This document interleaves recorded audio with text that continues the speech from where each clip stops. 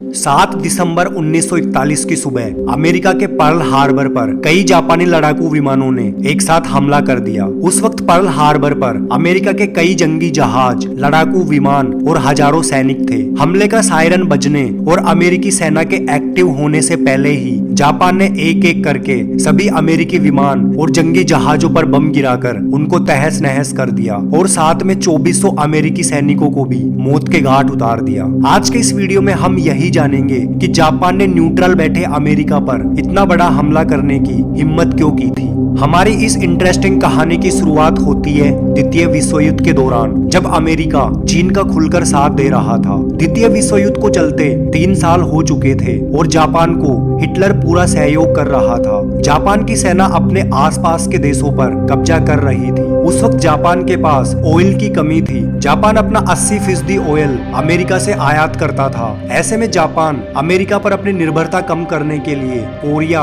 Taiwan और चीन के कई इलाकों पर कब्जा कर चुका था और अब वो फिलीपींस और मलेशिया पर भी अपना अधिकार जमाना चाह रहा था। लेकिन यहाँ पर उसके लिए एक बड़ी समस्या ये थी कि उस वक्त मलेशिया पर ब्रिटिश का राज था, वहीं इंडोनेशिया पर नीदरलैंड्स का और फिलीपींस पर अमेरिका का। उस वक्त हिटलर ब्रिटेन और अमेरिका का सबसे बड़ा दुश्मन था। इसलिए हिटलर के दम पर जापान को मलेशिया और फिलीपींस पर अपना अधिकार जमाना इतना भी आसान नहीं था जितना जापान सोचता था। जब जापान फिलीपींस पर हमला करने की प्लानिंग कर रहा था, तभी अमेरिका ने जापान को ऑयल देने पर प्रतिबंध लगा दिया और एक शर्त रख दी कि जापान को चीन से अपना कब्जा छोड़ना पड़ेगा, तब जाकर उसे अमेरिका ऑयल देगा। अब जापान के सामने एक ऐसी समस्या थी जिसका समाधान करना उसके लिए नामुमकिन था। अगर वो चीन से अपने सैनिक वापस बुलाता है तो इससे हिटलर का सर नीचे झुकता है और वहीं दूसरी तरफ वो ऑयल के बिना रह नहीं सकता। ऐसे में जापान समस्या का समाधान ढूंढने के लिए कई प्लान बनाता है और वो फैसला करता है कि चाइना से अपने सैनिक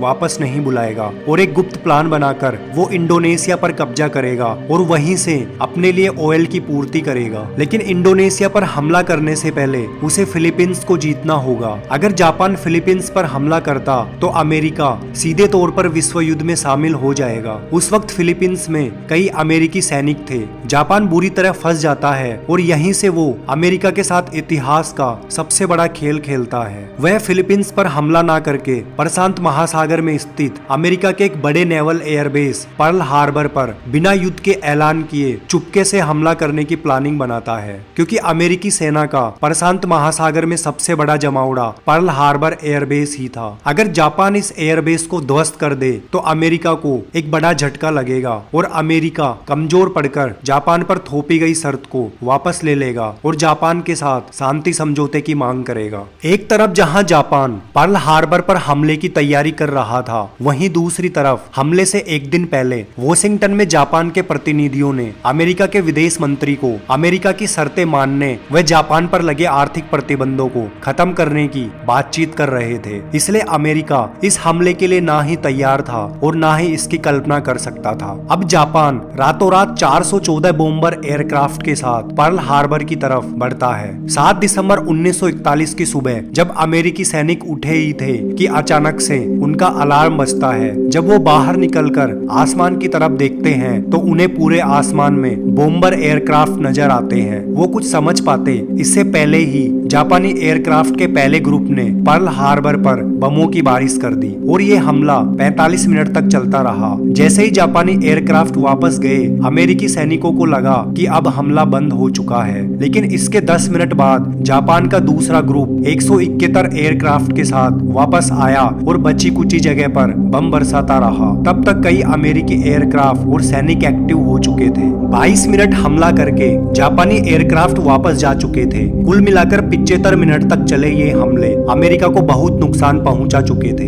इन हमलों में अमेरिका के 2400 सैनिक मारे गए और 1100 से ज्यादा घायल हो चुके थे और साथ ही 8 जंगी जहाज, 112 नौकाएं और 300 से ज्यादा लड़ाकू विमानों को तबाह कर दिया गया था। जापान ने ये तबाही मचाने के कुछ घंटों बाद औपचारिक रूप से अमेरिका और ब्रिटिश साम्राज्य पर युद्ध की घोषणा कर दी। जवाब में ब्रिटिश सरकार ने भी तुरंत जापान से युद्ध की घोषणा कर दी। उधर दूसरे विश्व युद्ध में न्यूट्रल बैठे अमेरिका ने भी पर्ल हार्बर पर हमले के बाद दूसरे विश्व युद्ध में शामिल होने का ऐलान कर दिया। दुनिया इस बात से अनजान थी कि जापान के इस हमले के बदले उसे हिरोशिमा और नागासाकी की कुर्बानी देनी पड़ेगी। अमेरिका के युद्ध में शामिल होने से द्वितीय विश्व युद्ध की स्थिति काफी बदल चुकी थी। इसका सबसे ज्यादा फायदा ब्रिटेन को मिला। ब्रिटेन अमेरिका का साथ पाकर इस युद्ध में एक मजबूत भूमिका निभा रहा था। अब अमेरिका और ब्रिटेन साथ मिलकर जापान पर हमला कर रहे थे। धीरे धीरे जापान की सैन्य ताकत कमजोर हो रही थी। अप्रैल 1942 में अमेरिका ने टोक्यो पर ठीक उसी तरह बमों की बरसात कर दी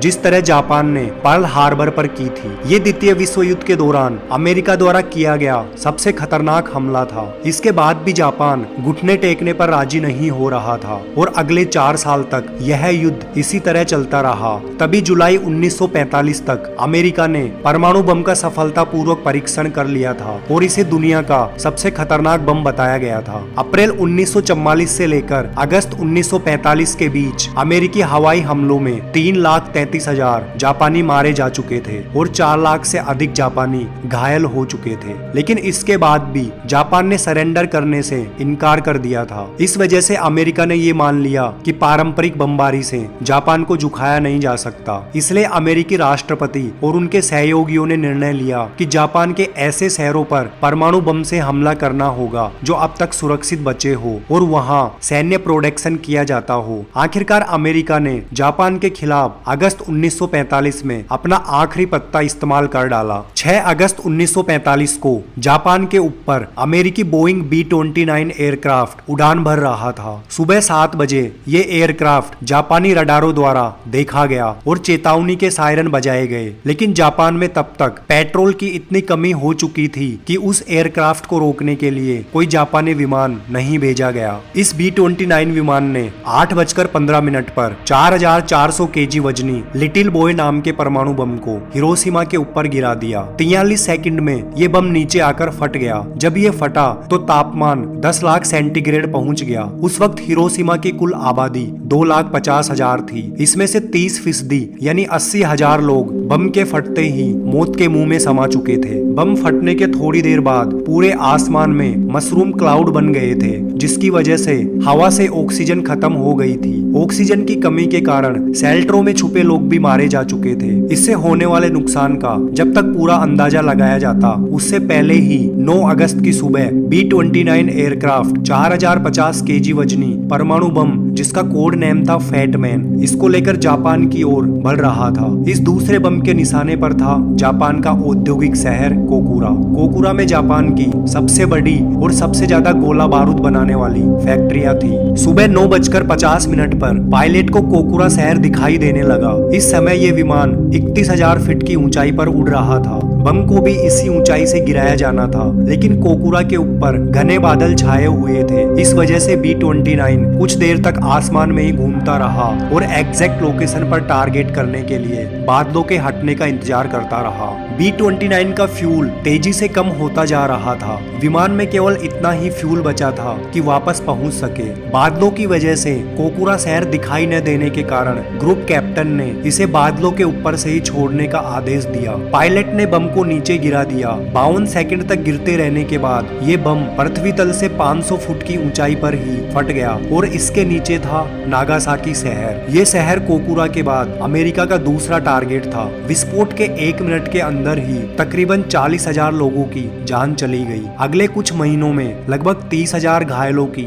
जान चली गई। इतने भारी नुकसान के कारण जापान ने बिना किसी शर्त के अमेरिका के सामने सरेंडर कर दिया और इसी त्रासदी के साथ द्वितीय विश्व युद्ध की समाप्ति हो गई थी। दोस्तों, अगर वीडियो अच्छा लगा हो तो हमारे चैनल को सब्सक्राइब करना ना भूलें। जय हिंद, जय भारत।